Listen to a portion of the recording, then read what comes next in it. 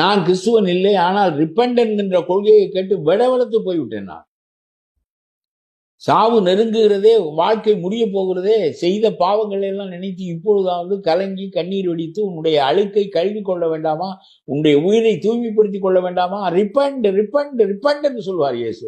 இது மாதிரி ஒரு கோட்பாடு நான் உலக மதத்தில் எந்த மதத்திலும் காணவில்லை. எல்லா மதங்களையும் படிப்பேன். நான் செய்தால் அதற்குரிய தண்டனை உன்னை விடாது என்று சொல்வதை நான் கேட்டிருக்கிறேனே தவிர, எப்பொழுதாவது ஏதாவது ஒரு நேரத்தில் இறங்கு, அதற்கு பிறகு அந்த தவறை செய்யாதே. போலித்தனமாக அந்த கன்ஃபெஷன் என்று சொல்லுகிறார்களே, கூண்டில் என்று சொல்வதல்ல அவர் சொல்வது.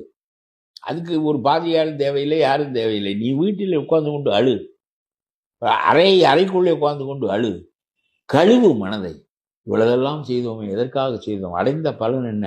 அவன் துடித்து செத்தானே, அவன் அழிந்தானே, அந்த குடும்பமே அழிந்தது, இதற்கெல்லாம் காரணமாக இருந்தோமே. கர்த்தரே என்னை மன்னியுங்கள் என்று நீ அழுதால் அந்த பாவங்கள் கழுவப்பட்டு விடும்.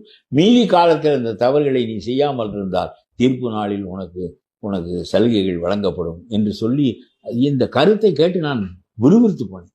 எல்லா பிலாசபியும் நான் படித்திருக்கிறேன். ஆனால் என்ன ஒரு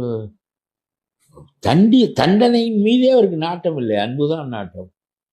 அந்த இவ்வளவு பெரிய கருத்தை ஜெருசலத்திலிருந்து நான் பெறுவேன். பெற்றால் நான் கிறிஸ்துவன் ஆக வேண்டும் என்று கட்டாயம் இல்லை, மனம் உயரும். ரிலிஜன் என்பது that is an organisation. You are being organised.